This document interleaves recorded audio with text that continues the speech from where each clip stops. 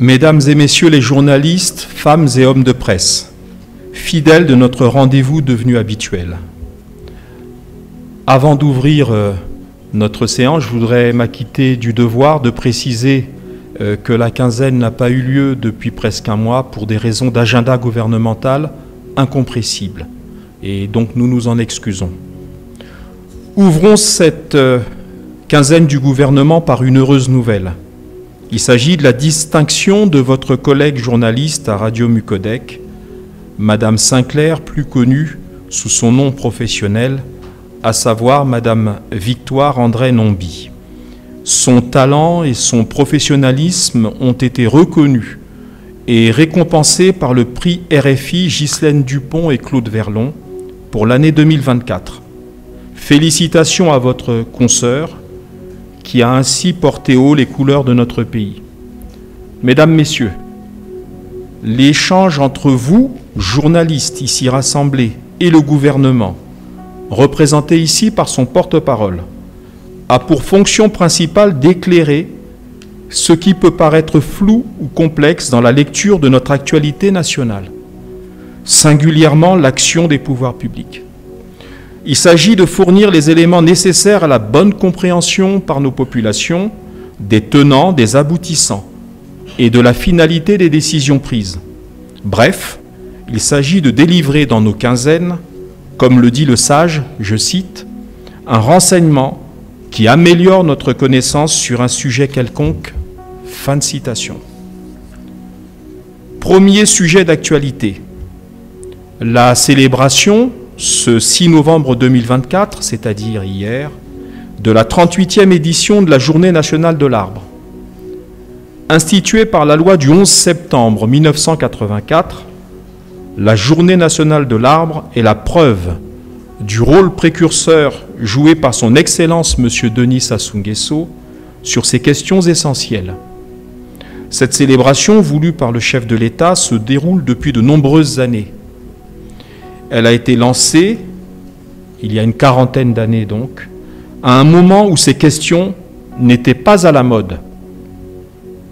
C'est la preuve de la conviction et de la constance du président de la République sur les sujets d'écologie et de préservation de l'environnement.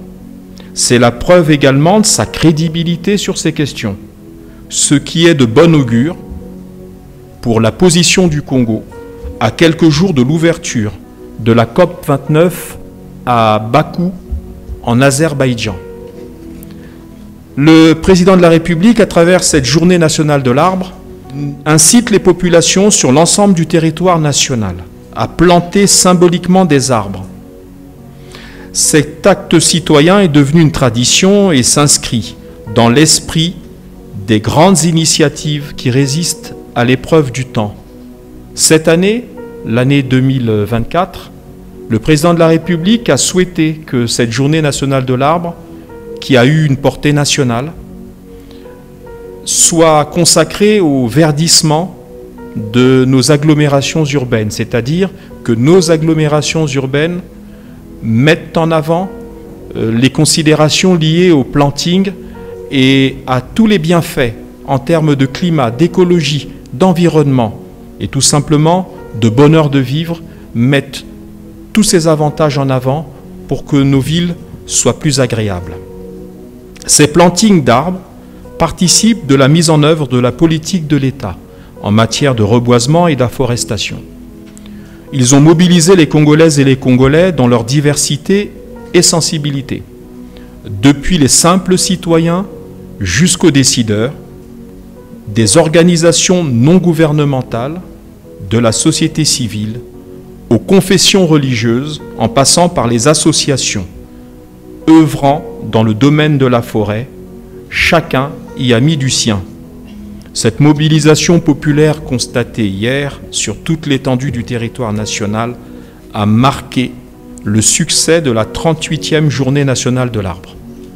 Mesdames et messieurs, ces derniers jours ont également été marqués par le séjour au Congo d'une délégation chinoise, conduite par le secrétaire général du comité de suivi des recommandations du Forum de coopération Afrique-Chine, FOCAC en sigle.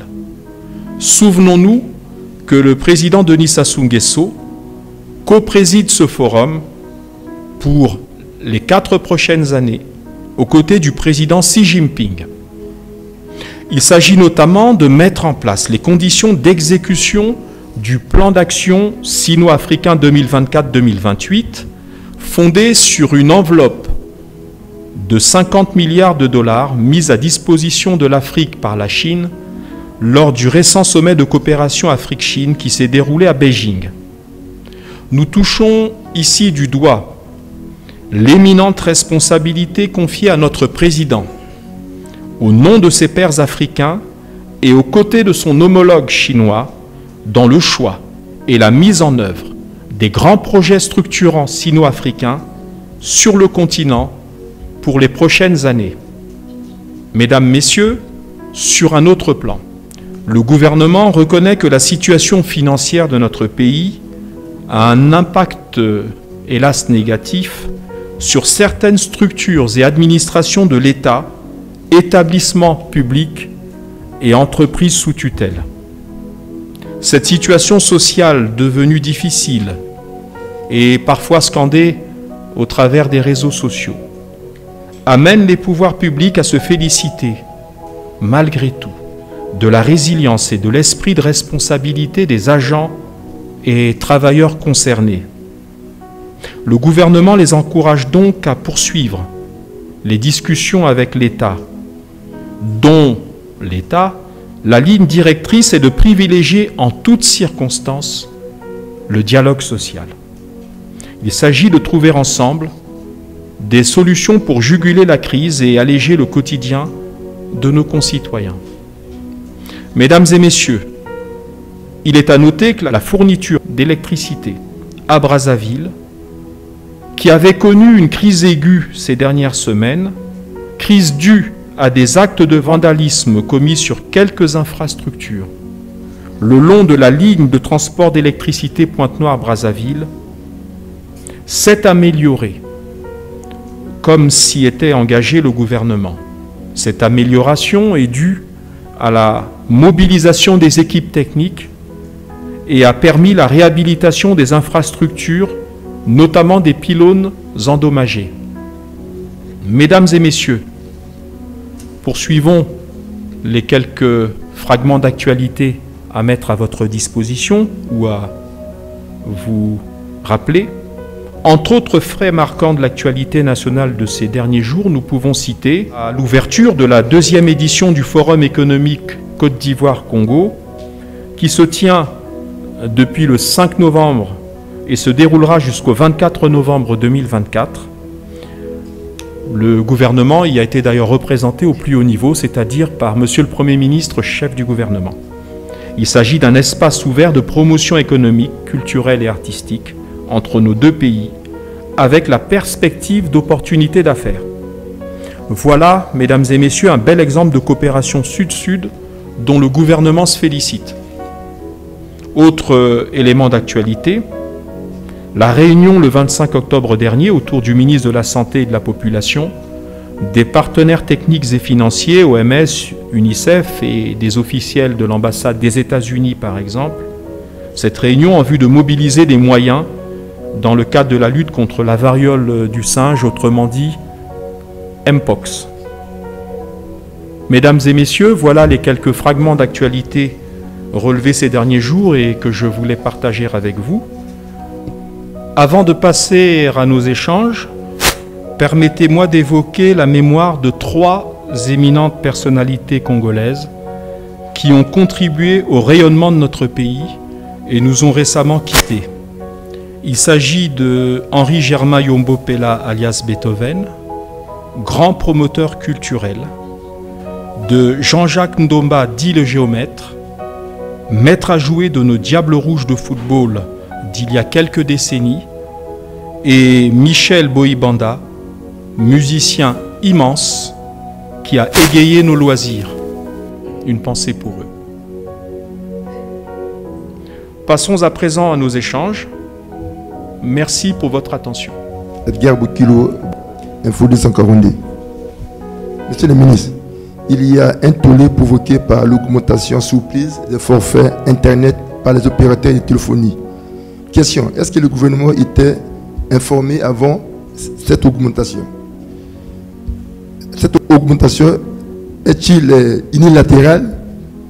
Si c'est le cas, pourquoi le gouvernement, à travers son régulateur, l'APC, ne rappelle pas ces opérateurs à l'ordre? Parce que nous sommes en période de crise partout ailleurs dans la sous-région. Les forfaits sont revus à la baisse. Malheureusement, chez nous, c'est toujours à la hausse. Je crois que ce que nous devons faire, c'est, et vous le faites bien, c'est cette fonction que vous avez d'alerter, dénoncer.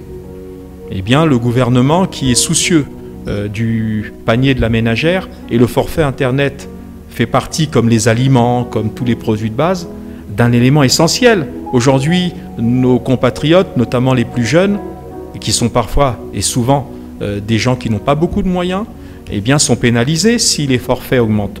Je vais en parler avec le ministre en charge de l'économie numérique. Je sais que régulièrement, quand il y a eu ce genre d'augmentation, il y a eu rapidement une concertation avec les opérateurs par le truchement de la RPCE. Donc maintenant, quand vous vous risquez à une comparaison avec les pays voisins, moi je serais prudent sur cette comparaison et ce benchmarking, parce que souvent on rencontre des surprises quand on fait des comparaisons. Par contre, s'inquiéter de l'augmentation et savoir dans quelle mesure cette augmentation peut être atténuée, voire annulée, ça je ne peux pas m'engager à ça. Mais je dois quand même, vous savez, il me semble que dans une autre vie, j'ai géré un peu ce secteur, donc j'en connais les contraintes. Je vais vous en donner une, par exemple. Ce n'est pas pour défendre les opérateurs, c'est simplement parce que c'est une réalité qu'ils vivent. On va plutôt parler de tout ce qui concerne les infrastructures des télécommunications et ce qu'on appelle les BTS et autres, et qui font le relais, en fait, du signal du téléphone, GSM, et de l'Internet. Ces infrastructures, qui ressemblent donc à des pylônes électriques, au fond, nécessitent un coût d'entretien, nécessitent que tout ça soit alimenté par l'électricité, avec toutes les contraintes que l'on peut imaginer. Eh bien, il n'est pas complètement interdit de penser que les opérateurs se retrouvent eux-mêmes en difficulté, pour la raison qui consiste à ce que parfois ils peuvent manquer d'électricité. Donc il faut alimenter tout cela par des groupes, et des groupes où il faut mettre du carburant. Donc je vous donne quelques contraintes, hein, je ne défends pas leur position. J'ajoute un autre point, parce que nous avons le progrès technique qui s'appelle les réseaux sociaux, l'utilisation du numérique, WhatsApp, Signal et le reste. Mais il faut savoir qu'avant, les opérateurs gagnaient leur vie sur quoi ? Ils gagnaient sur les appels téléphoniques. C'était ça leur fonction première.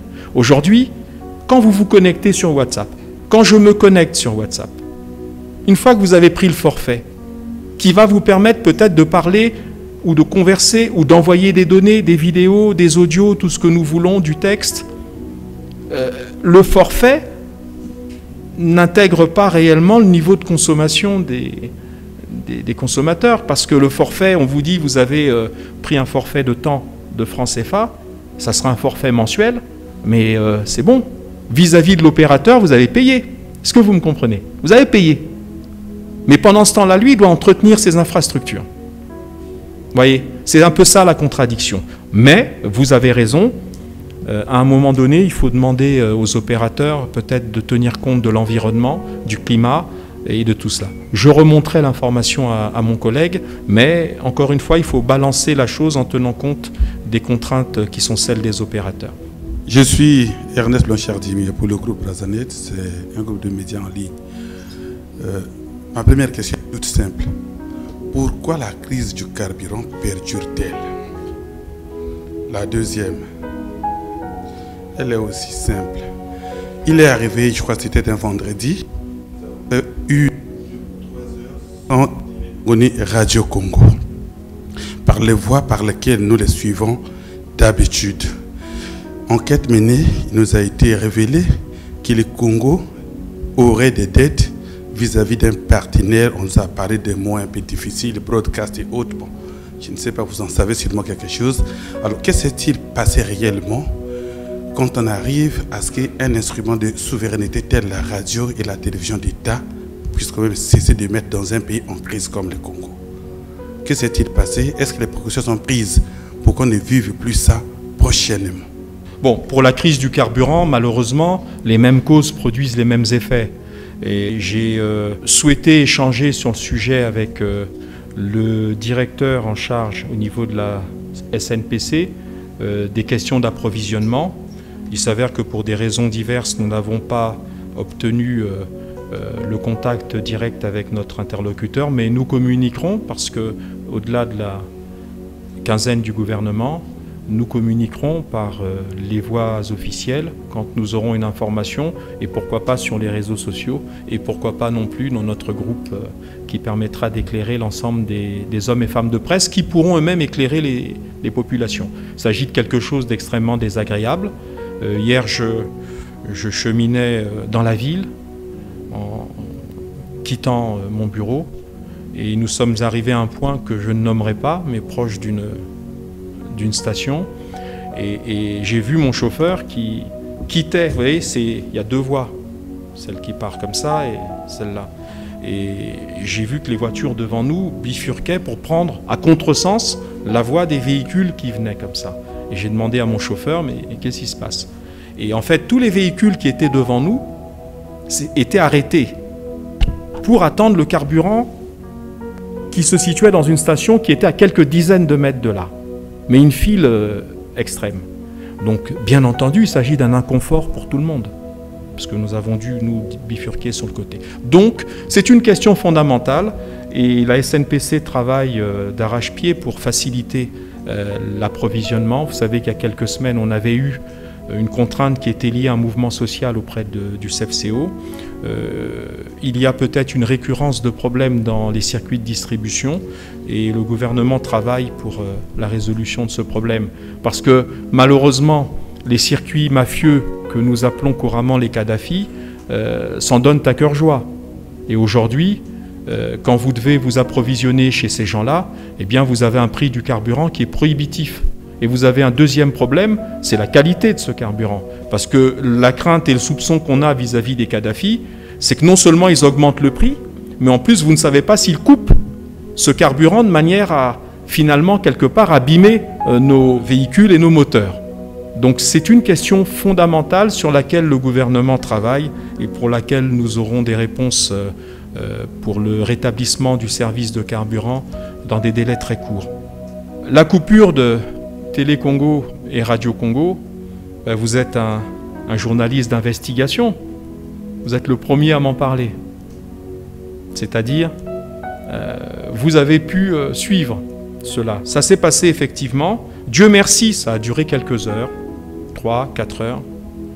Ça a été dommageable, parce que ce sont les deux médias de l'État.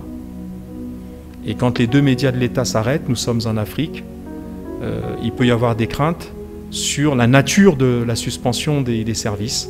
Vous voyez ce que je veux dire, hein? Rappelez-vous, d'autant que dans tout cela, le président de la République était à l'autre bout du monde, en Russie. Donc c'est dû, là également malheureusement, aux contraintes financières qu'on évoque. Parce que finalement, comme dit le peuple lui-même, c'est l'argent qui est le problème. On l'appelle même le nerf de la guerre. Bon, on a un provider, mais on en avait déjà parlé, je crois, de cette affaire de Globecast. C'est un système qui a été mis en place bien avant que je sache qu'un jour je serai au gouvernement. Je n'étais même pas conseiller du président de la République. Et j'étais, à vrai dire, un simple citoyen. Donc c'est un système qui a permis, au lendemain de la guerre de 97 et précisément en 2001, de permettre que Télé Congo, qui par ses propres moyens et ses faisceaux hertziens, ne pouvait couvrir qu'une partie de Brazzaville. Il a fallu recourir à un opérateur, la filiale d'un grand groupe de télécommunications, pour que cet opérateur récupère le signal de Télé Congo, le monte au niveau de sa maison mère, et ensuite le dispatche auprès des providers, du type Canal, SAT, du type StarTime aujourd'hui. Eh bien, effectivement, notre pays avait une dette sur ce sujet. Nous avons entamé des discussions. Ces discussions avaient abouti. Simplement, il y a eu un petit problème d'agenda où ont un petit problème technique. C'est qu'au moment où leur ultimatum et leur mise en demeure expiraient, les opérations techniques de paiement avaient été mises en route. Mais vous savez comment ça se passe? Et si vous ne le savez pas, Monsieur Dimi, je vous le dis, c'est que tous les paiements internationaux passent par une programmation au Trésor, une transmission de l'ordre de virement auprès de la banque du destinataire à la Banque centrale, et ensuite la Banque centrale émet techniquement, fait les opérations de virement et émet une preuve de virement qui s'appelle un SWIFT. Eh bien, c'est ce petit moment-là de flottement dans ce circuit et qui n'avait donc rien à voir avec une faute commise par le gouvernement, l'État ou le Trésor. C'est sans ce petit moment de flottement que l'entreprise bénéficiaire n'ayant pas reçu en temps et en heure le SWIFT a été amenée à couper le service, mais ça a été rétabli dans la journée. Et je peux vous dire que si c'est rétabli dans la journée, c'est qu'entre-temps, le SWIFT, ils l'ont eu. Donc c'est juste une question de... Voilà, petite question de délai au niveau bancaire et en matière de virement. Merci, Monsieur le Ministre. Aline France et Tokabika de Télécongo. Vous l'avez évoqué dans votre mot introductif, Monsieur le Ministre, la conférence des parties sur le climat, oui. COP 29, je pense, qui s'ouvre dans quelques jours à Bakou en Azerbaïdjan. Le chef de l'État, naturellement, il prendra part, comme il a toujours su le faire. Alors, cette COP, comme vous le savez, Monsieur le Ministre, est qualifiée de charnière, puisqu'elle ambitionne d'œuvrer dans la concrétisation de plusieurs accords et projets signés depuis plusieurs rencontres qui ont déjà eu lieu précédemment, notamment l'accord de Paris, qui date de 9 ans déjà aujourd'hui, avec son point essentiel qui est celui du mécanisme d'octroi de crédit dans le cadre du marché carbone. Là encore, les Africains en attendent beaucoup. Alors, Monsieur le Ministre, dites-nous, quel sera le message du président de la République à cette COP en sa qualité de président de la commission climat du bassin du Congo, lui qui portera naturellement la voix de l'Afrique centrale? Est-ce qu'il y aura du répondant dans ce sens? Merci. Déjà, je vous ai dit tout à l'heure, en parlant de la journée nationale de l'arbre, que le président de la République a une crédibilité sur ces sujets, puisqu'il a fait adopter, il y a une quarantaine d'années, un texte concernant la préservation de nos forêts et tout ce qui est lié à la forestation et au reboisement, à un moment, et vous devez, vous les journalistes, lui en faire crédit, à un moment où les questions écologiques, y compris dans les pays les plus avancés, n'étaient pas forcément au centre des préoccupations. Donc c'est déjà un gage de crédibilité. Il va donc porter la voix du Congo et la voix de l'Afrique avec ce socle de crédibilité. La deuxième réflexion, et vous avez bien raison, on parle de la COP 21, je crois que ça s'appelait comme ça en 2015, c'était la numérotation de cette édition-là, c'était il y a 9 ans. Et l'année qui va commencer, on entrera dans la 10e année. Il y a eu des engagements financiers qui ont été pris par les pays les plus nantis. Et il faut reconnaître et déplorer que ces engagements ne sont pas tenus. Donc je crois que le président de la République portera également son message sur les promesses non tenues et l'urgence de tenir ces promesses. Maintenant, nous avons une position qui est d'autant plus crédible, et là je parle du bassin du Congo. Vous avez parlé du fait que le président de la République présidait la commission climat du bassin du Congo. Il faut savoir qu'aujourd'hui, les spécialistes et scientifiques le disent, il y a 3 grands bassins, Bornéo-Mékong, Amazonie et le bassin du Congo.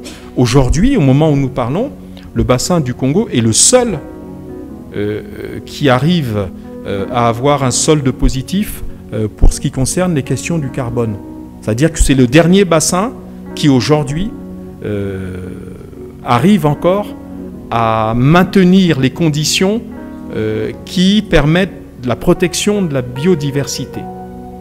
Le seul. Les autres, malheureusement, émettent plus que ce qu'ils séquestrent. C'est clair.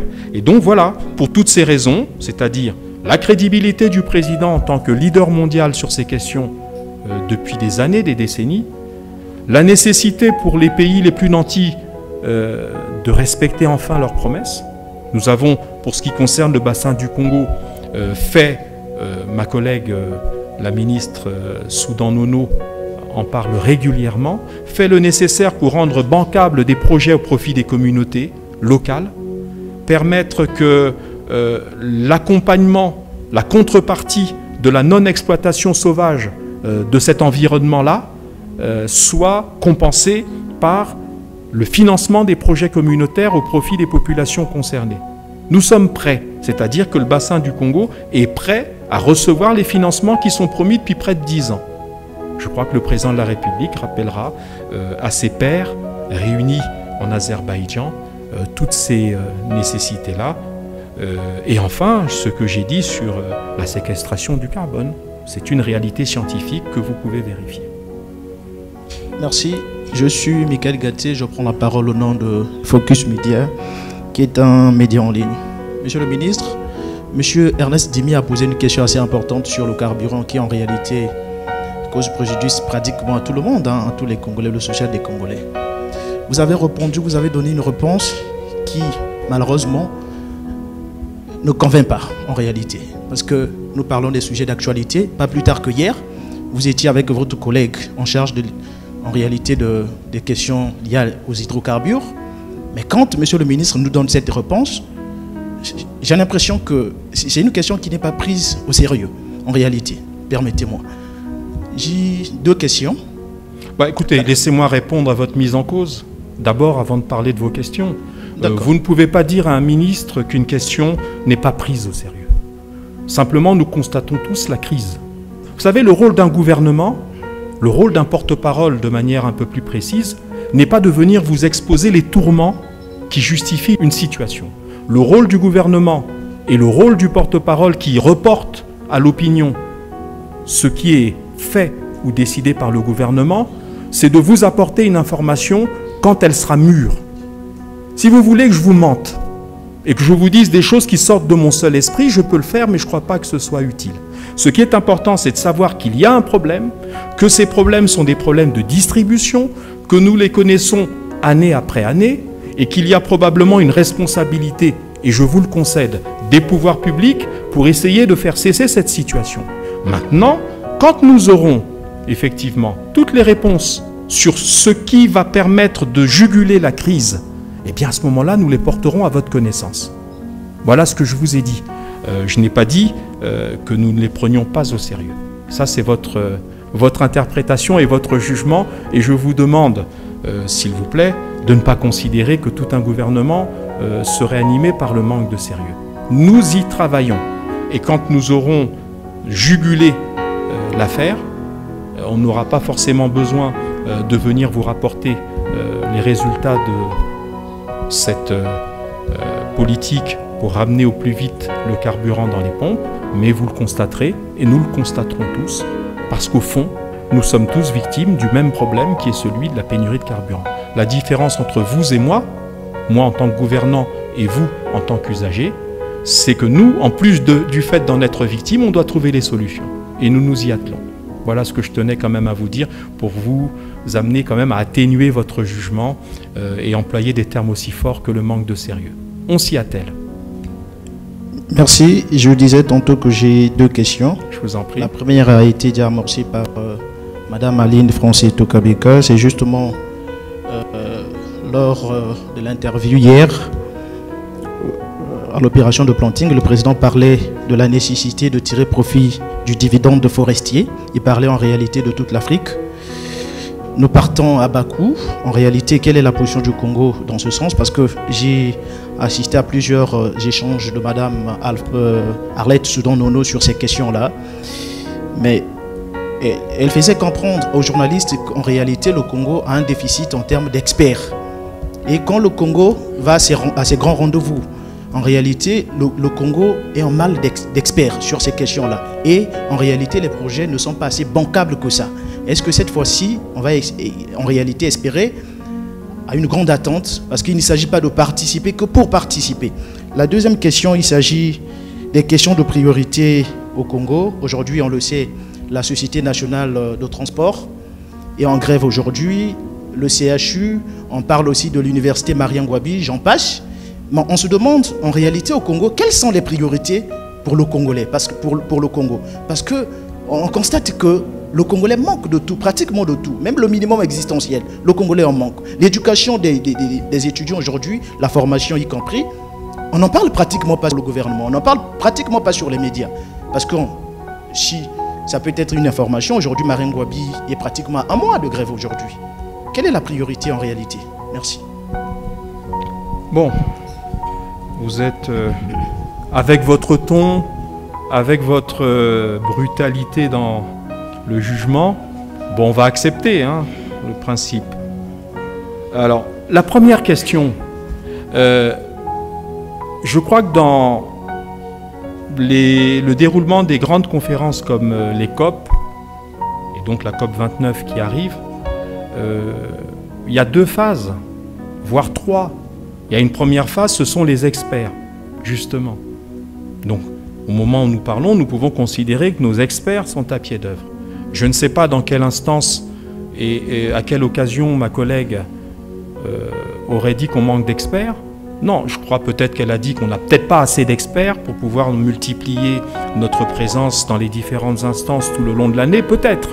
Mais dire que nous manquons d'experts, ça serait, dans leur qualité, je veux dire, leurs compétences, ça serait un jugement très sévère, parce que sinon, excusez-moi l'expression, mais on entendrait à travers le monde et ça viendrait à nos oreilles, mais le Congo se ridiculise en envoyant dans ces conférences où il faut des scientifiques et des experts, des gens qui ne sont pas au niveau. Vous savez, il n'y a pas d'indulgence, hein. Quand les gens constatent que vous êtes mauvais, ils finissent par dire « ceux-là, ce sont des mauvais ». Donc, peut-être que la collègue a parlé de l'insuffisance d'experts plutôt que de leurs compétences. Mais là, nous avons nos experts. La deuxième phase de ces rencontres de haut niveau, c'est les conférences ministérielles auxquelles prendront part les membres du gouvernement des pays respectifs. Pour nous, la ministre Arlette Soudan-Nono. Là également, je pense que nous n'avons jamais démérité. Nous n'avons jamais démérité. Troisièmement, vous dites que ça serait parce que, et ça m'étonne que la collègue ait dit cela sous cette forme, que c'est parce que nos projets ne seraient pas bien montés qu'ils ne connaîtraient pas de financement. J'ai cru entendre ça, peut-être que je me trompe, dites-moi si je me trompe sur votre propos. Non, la raison principale, je l'ai évoqué tout à l'heure, c'est que les gens qui ont promis de financer n'ont pas financé depuis presque 10 ans.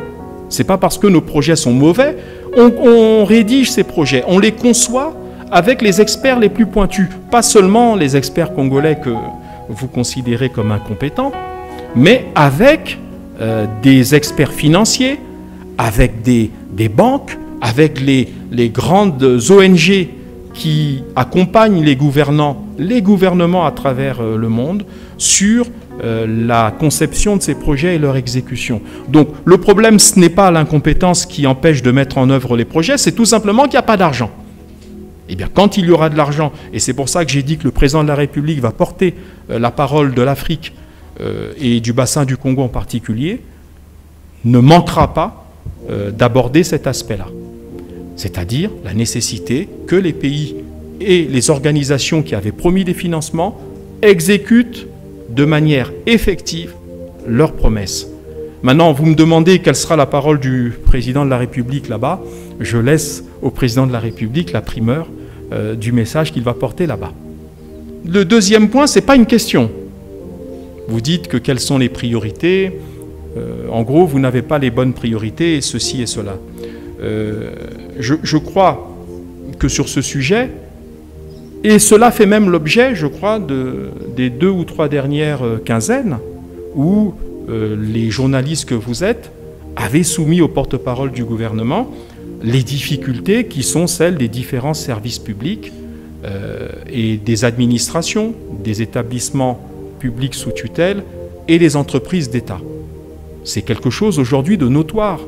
Le problème, c'est l'insuffisance des ressources qui, hélas, empêche le paiement des arriérés d'un côté et font que des paiements courants, c'est-à-dire par exemple on dit on est en novembre, on va payer novembre, mais il y a les arriérés de plusieurs mois en amont. Tout cela est vrai, mais ce n'est pas une question de négligence ou d'absence de priorité cohérente de la part de l'État, c'est l'absence d'argent. On en revient toujours à ce problème-là.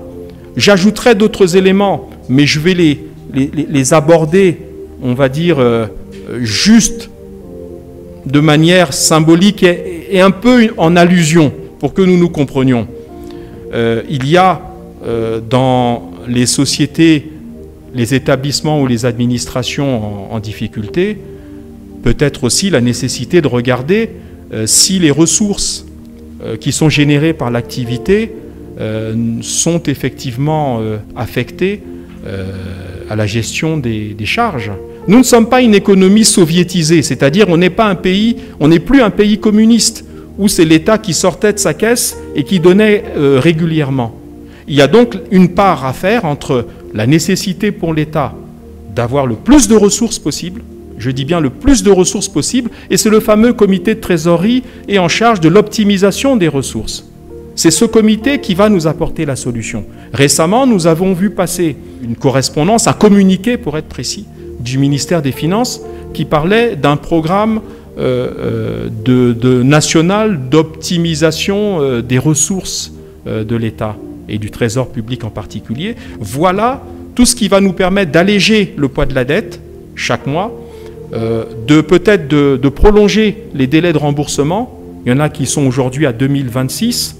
On veut peut-être prolonger les choses, enfin 2024, 2025 et 2026. On essaye de prolonger ou proroger ou éloigner la date de remboursement, peut-être sur d'autres années, pourquoi pas sur les 10 prochaines années, pour retrouver une certaine marge.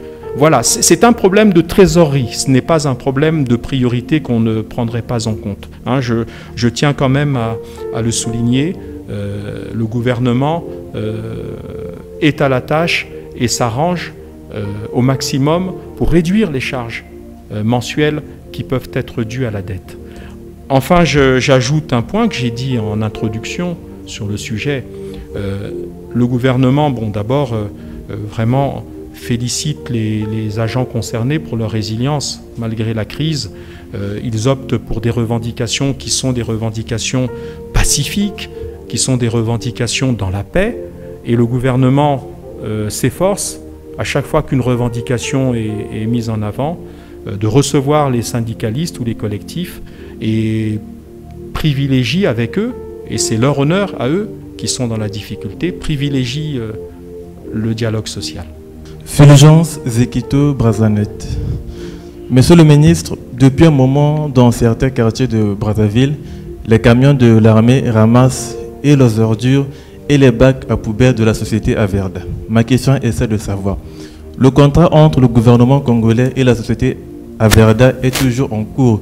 Et si ce n'est pas le cas, qu'en est-il des 2000 francs qui sont prélevés chaque fin du mois dans le revenu des Congolais? Il faut savoir que la première cause du désordre lié à l'amoncellement des ordures, c'est une grève qui a duré quelque temps au niveau des agents d'Averda. Et partout dans le monde où la société de ramassage des ordures connaît des perturbations liées au climat social, vous retrouvez malheureusement l'amoncellement des ordures. Aujourd'hui, vous l'avez évoqué, l'État a mis en place des mécanismes exceptionnels, parmi lesquels l'armée, donc le génie militaire pour résumer, de manière à ce que nous puissions obtenir le ramassage des ordures qui vraiment défigurent notre capitale. Donc ce service est en cours, il vient en complément de ceux d'Averda. Alors, vous évoquez la situation contractuelle, je crois qu'elle est claire. Averda a même, je crois, publié un communiqué que j'ai aperçu sur les réseaux sociaux. Il y a une phase de cessation du contrat avec l'entreprise Averda et le recrutement d'une entreprise pour leur succéder. J'ai lu, comme tout le monde, des échos d'un journal en ligne, un journal français en l'occurrence, Africa Intelligence, qui avait publié une information avec des chiffres totalement fantaisistes, et ça je le dis de la manière la plus ferme, C'est une fake news qu'ils ont publiée, une fake news. Là, on est dans la pure fake news en disant que l'État devrait plus de 100 milliards de francs CFA à Averda. C'est faux. La dette d'Averda a été traitée pour l'essentiel.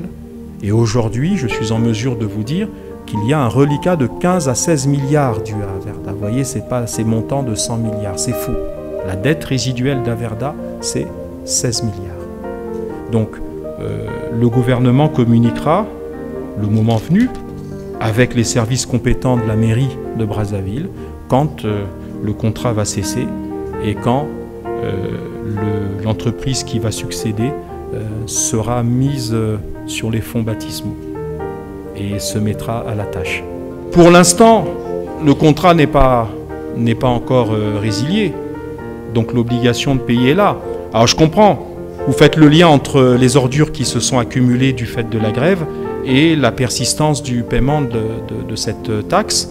Le contrat est en cours. Maintenant, il y aura des ajustements très certainement entre l'État et Averda, puisque je vous ai parlé d'un reliquat de dette de 16 milliards. Donc forcément, quand un contrat prend fin, c'est un peu comme dans les couples, excusez-moi de le dire comme ça. Quand un couple se sépare et divorce, à ce moment-là, on fait les calculs.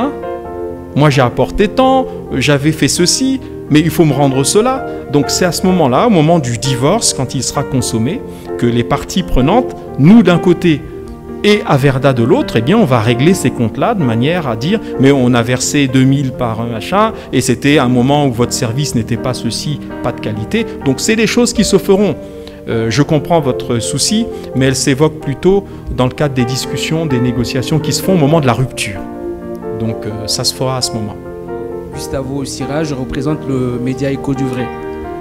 Monsieur le ministre, j'ai eu une question concernant la situation socio-économique actuelle du pays. D'une manière générale, l'opinion reste confuse sur cette situation.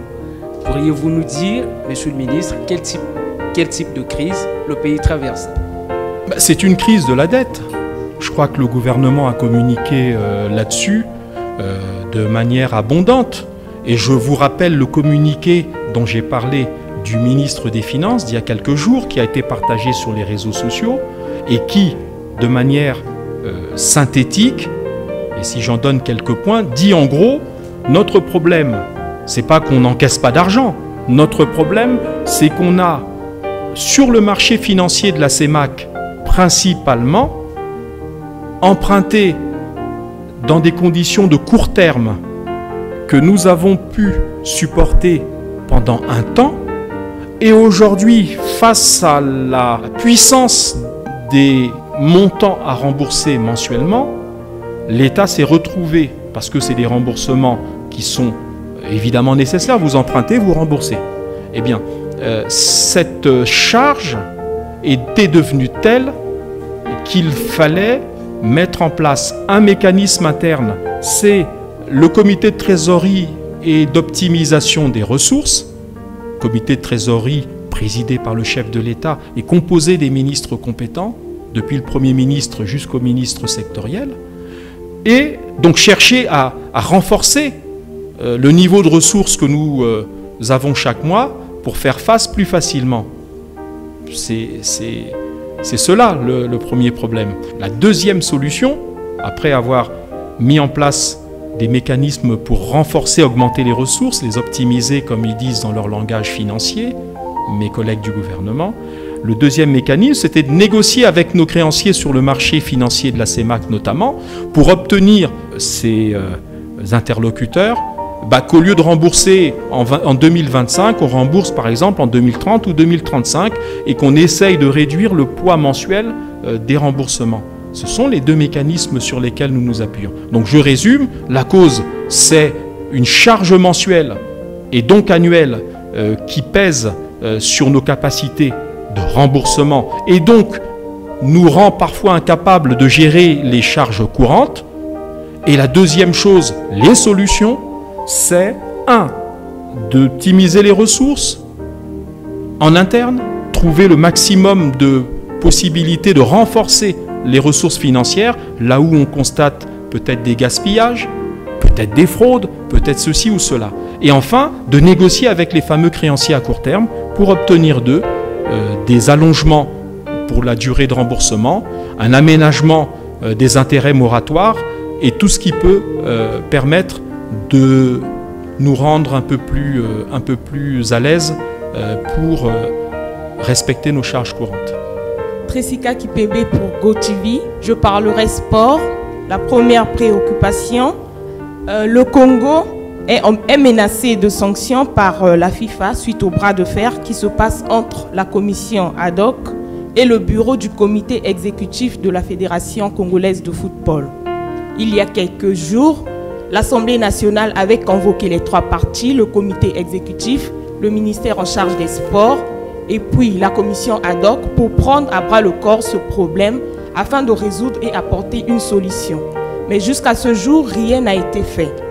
Dans quelques jours, peut-être la FIFA pourra frapper le Congo suite à cette sanction. Est-ce que le gouvernement pense-t-il rester muet face à cette situation, sachant par exemple au Cameroun, lorsque il y a eu bras de fer entre le ministère, la FECAFOOT et bien d'autres, c'est le gouvernement à travers le président de la République qui a donné l'ordre au Premier ministre d'apporter une solution. Est-ce que le gouvernement pense rester muet face à cette situation? Bon, pour ce qui concerne les conflits internes à la FECAFOOT, les conflits internes, je crois avoir donné la position de principe d'un État soucieux du respect de sa propre loi. Il y a dans notre Constitution le principe de la liberté d'association. Une fédération est une association, c'est-à-dire une association qui, dans le cadre bien entendu du respect des lois, fixe son mode de fonctionnement dans ses statuts. Et ces statuts engagent les membres de l'association. Nous, l'État et tous les autres, nous sommes des tiers par rapport à cela. Alors, vous me dites, et vous m'apprenez donc qu'il y a eu une tentative de concertation entre les 2 parties en conflit et l'Assemblée nationale, dont je n'avais pas l'information. Je ne sais donc pas ce qu'il en a résulté. Je dirais simplement, puisque vous comparez avec le Cameroun, c'est que là, ce n'est pas un conflit entre la fédération et un ministère. C'est un conflit interne à la fédération. Si, justement, quand vous parlez de menaces de la FIFA, si le gouvernement s'en mêlait, c'est à cette occasion, je dis bien à cette occasion, que l'État du Congo, notre pays, serait suspendu par la FIFA. Je ne vois pas, madame, à quel moment le ministère des Sports est intervenu, et donc le gouvernement est intervenu dans ce débat. La nuance est de taille. Dans le cas du Cameroun, nous avons suivi cela sur les réseaux sociaux. On a vu, parfois même des vidéos, des capsules vidéo. Mais c'était le président de la fédération d'un côté, le ministre des Sports de l'autre. On a même vu des images parfois un peu brutales, hein, où ça ne se saluait pas, etc. C'est pas ça la difficulté congolaise. La difficulté congolaise, c'est qu'il y a un certain nombre d'acteurs de la fédération, des clubs, donc des gens quand même outillés, concernés et informés de la situation interne à la fédération, qui ont décidé de prendre un certain nombre de responsabilités. Nous n'y sommes pas, on n'en est pas à l'origine, et ils ont fait leur affaire, et nous sommes des observateurs comme vous. C'est-à-dire, nous ne sommes pas comptables de la situation interne. Maintenant, s'il faut effectivement que l'Assemblée nationale ou d'autres médiateurs tentent de régler le problème, eh bien, c'est très bien. Et on espère qu'une solution rapide sera trouvée. Mais le gouvernement n'est pas aujourd'hui à la manœuvre comme un acteur de la crise. Nous sommes des observateurs et nous souhaitons qu'une solution soit trouvée. Alors à partir du moment où le problème ne concerne pas le gouvernement, que le gouvernement n'est pas intervenu pour orienter cette crise dans un sens ou dans un autre, je ne vois pas sur quelle base la République du Congo serait suspendue de compétition par la FIFA, puisqu'il n'y a pas eu d'ingérence politique. Je suis Jean-Eudes Ganga, je représente le média groupe congomedia.com, le site internet. J'ai une question qui est en rapport avec l'environnement, notamment la décharge de la société à Verda qui se trouve être, je pense bien, à Lifula, je crois qu'à la sortie nord, après le péage. Et je crois savoir que la Verda procède par enfouissement des ordures à ce niveau-là. Je voudrais savoir s'il y a une étude d'impact environnemental qui avait été menée avant d'installer ce site-là là-bas.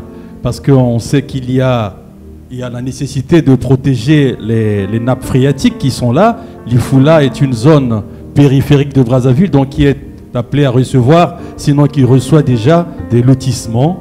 Est-ce qu'il y a une étude d'impact environnemental qui a été faite avant d'installer ce site-là là-bas? Et je voudrais aussi savoir si, avec la rupture qui devient inévitable avec Averda, la nouvelle société avec laquelle le pays va contracter, est-ce que cette disposition va être prise en compte, celle de la gestion des ordures? Parce qu'il y a le recyclage, soit vous recyclez, or Averda ne le fait pas, Averda enfouit, soit vous enfouissez. Alors, quelle est la démarche qui va être adoptée avec la nouvelle société avec laquelle l'État va contracter? Bon, je vais répondre tout de suite sur le deuxième point. On ne va pas anticiper sur les obligations réciproques que les deux parties vont contracter l'une vis-à-vis de l'autre, alors que le contrat n'est pas encore connu ni exécutoire. Donc je renvoie votre questionnement sur les obligations qui vont être assignées à cette société au moment où le contrat sera signé. Pour le premier point, existe-t-il une étude d'impact? On pense que oui. Vous savez, notre exercice ici, ce n'est pas que je réponde comme un singe savant qui a la réponse à tout, y compris à des questions inattendues sur lesquelles il n'est d'ailleurs pas un spécialiste. Mais en tant que porte-parole, je me soumets à l'exercice. Et quand je vous l'ai dit assez régulièrement, quand je n'ai pas la réponse, eh bien je la diffère. Ce que je peux penser, ce que je peux dire à Verda, à pignon sur rue dans notre pays depuis des années et des années. Un site d'enfouissement qui n'est pas un site clandestin, qui est un site à ciel ouvert que tout le monde connaît, y compris vous en tant que journaliste et en tant donc que spécialiste de la question. Je connais aussi la rigueur et les exigences de ma collègue Madame Marlette Soudan-Nouno, dont je peux vous dire qu'à chaque fois qu'il y a le moindre projet qui est évoqué, je parle des projets à venir, en Conseil des ministres, eh bien, elle a une exigence: y a-t-il eu l'étude d'impact environnemental? Quand on a une collègue comme ça sur le dos, c'est-à-dire qu'elle a l'énergie, elle a tout ce qu'il faut, je peux vous assurer que l'étude, vous l'avez faite en amont, parce que vous savez qu'elle bloquera le dossier et a raison. Donc, je peux anticiper pour dire qu'il y a eu une étude environnementale. Maintenant, vous parlez, et c'est peut-être une des raisons aussi, au-delà de la qualité du service entre Averda et l'entreprise qui va lui succéder, vous dites qu'il aurait fallu peut-être évoquer des questions de recyclage. Peut-être aussi que ça fait partie des raisons qui amènent l'État à faire évoluer un peu les choses avec une entreprise qui apportera peut-être des services plus complets, y compris jusqu'au recyclage. Vivas Mombwana pour France 24. Le 20 octobre dernier, le Centre d'action pour le développement, CAD, a organisé une commémoration en hommage aux victimes de la répression lors des manifestations contre la révision de la Constitution en 2015 et l'élection présidentielle en 2016. 8 ans après, cette organisation non gouvernementale réclame justice et l'indemnisation pour ces victimes. Quelle est la réponse du gouvernement face à cette demande? Le changement de la Constitution a été un fait politique et constitutionnel qui a été majeur dans la vie de notre pays, puisqu'aujourd'hui, l'ensemble des institutions dont on parle sont régies par le nouvel ordre constitutionnel adopté il y a un peu plus de 9 ans aujourd'hui. Alors, une ONG, Centre d'action pour le développement, vous avez dit, c'est ça, réclame justice 9 ans après. Il me semble que les mécanismes juridiques et judiciaires de notre pays sont connus. Je suis un citoyen, j'estime avoir été lésé par une infraction commise par un tiers, je saisis la justice. La justice, nous la saisissons par des mécanismes comme saisir le procureur de la République ou écrire directement à l'autorité judiciaire pour demander une citation de ceux dont on estime qu'ils sont responsables des infractions dont on a été victime. Donc je ne peux pas vous faire une autre réponse que celle-là. Si 9 ans après, donc, il y a des gens qui réclament justice, eh bien qu'ils saisissent la justice. Je suis Christian Soumoun, correspondant de BBC Afrique. Ma question, c'est sur les plaintes de l'écrivain Henri Njombo, dont l'ouvrage a été retiré des programmes scolaires. Qu'est-ce qu'il en est exactement, qui était programmé, je crois, dans les classes de terminale? Et il se trouve que le ministère de l'Éducation a retiré l'ouvrage, le programme. Et je comprends l'émoi qu'a pu avoir le ministre d'État Henri Njombo à un moment donné de l'incident dont vous parlez, mais je crois que les choses sont rentrées dans l'ordre. Et il me semble que tout cela est le fruit peut-être d'un malentendu. Alors en 2 mots, il s'avère que le ministère de l'enseignement primaire et secondaire est accompagné par un comité d'experts qui a pour fonction, pour rôle, d'aider à l'introduction dans nos programmes, pour pas que ça reste permanent, que ce soit toujours les mêmes choses. Il y a 10 ans, on va mettre au programme les mêmes livres, 10 ans après, c'est toujours les mêmes, 20 ans après, etc. Donc il y a un comité d'experts qui accompagne le ministère pour rénover les programmes, introduire un peu de sang nouveau, parmi lesquels des écrivains qui sont des écrivains congolais, parce que l'idée de ces experts, et c'est l'orientation générale du ministère et du gouvernement, c'est de congoliser nos programmes. Il est bien de lire Rimbaud, Malraux ou Molière, mais c'est bien aussi de lire nos grands écrivains, les Chikaya Utamsi, Henri Lopez, et donc le ministre d'État Henri Njombo aujourd'hui. Donc cela part l'introduction, parce que ce n'était pas dans les programmes. Quand vous dites on a retiré des programmes, non. On introduisait, c'est-à-dire que le comité d'experts a recommandé au ministre d'introduire parmi les nouveautés littéraires à mettre au programme de nos enfants l'ouvrage dont vous parlez du ministre d'État Njombo. Maintenant, qu'est-ce qui se passe derrière? C'est que si vous incitez les parents à acheter un ouvrage, c'est-à-dire dire, bon, on a inscrit au programme tel ouvrage, encore faut-il qu'on puisse le trouver au Congo. C'est ça la difficulté. La difficulté, c'était que l'éditeur de l'ouvrage, en amont, n'avait pas anticipé sur le fait de mettre à disposition ici au Congo un stock suffisant de l'ouvrage pour que les élèves concernés puissent l'acquérir. Et face à la difficulté, on ne peut pas mettre un ouvrage qui n'est pas disponible au programme, au risque, puisque donc l'élève ne pourra pas le lire, puisqu'il n'est pas disponible, au risque qu'au moment de l'examen qu'il va passer de son baccalauréat, il ait un enseignant qui puisse, de manière un peu sadique, lui dire « Parlez-moi de l'ouvrage du ministre d'État Henri Njombo ». Mais je ne l'ai pas lu. Ah, mais il était au programme. Donc le ministre a pris un petit recul qui consiste à dire « L'ouvrage n'est pas disponible ».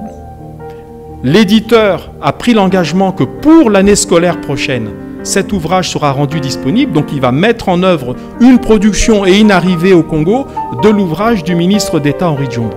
Et donc, c'est l'année prochaine, quand ces ouvrages seront disponibles à l'achat et à l'acquisition pour les élèves, que l'ouvrage sera de nouveau inscrit. Donc ce n'est pas une censure, ce n'est pas une mauvaise manière, et je peux vous dire aujourd'hui, d'après les informations que le ministre Moutou m'a données sur cette question, puisqu'elle a fait un petit peu de bruit quand même la question, il m'a dit que le ministre d'État Henri Njombo avait été rassuré, satisfait, et son éditeur et lui-même sont à l'œuvre pour que l'ouvrage arrive ici massivement pour l'année prochaine.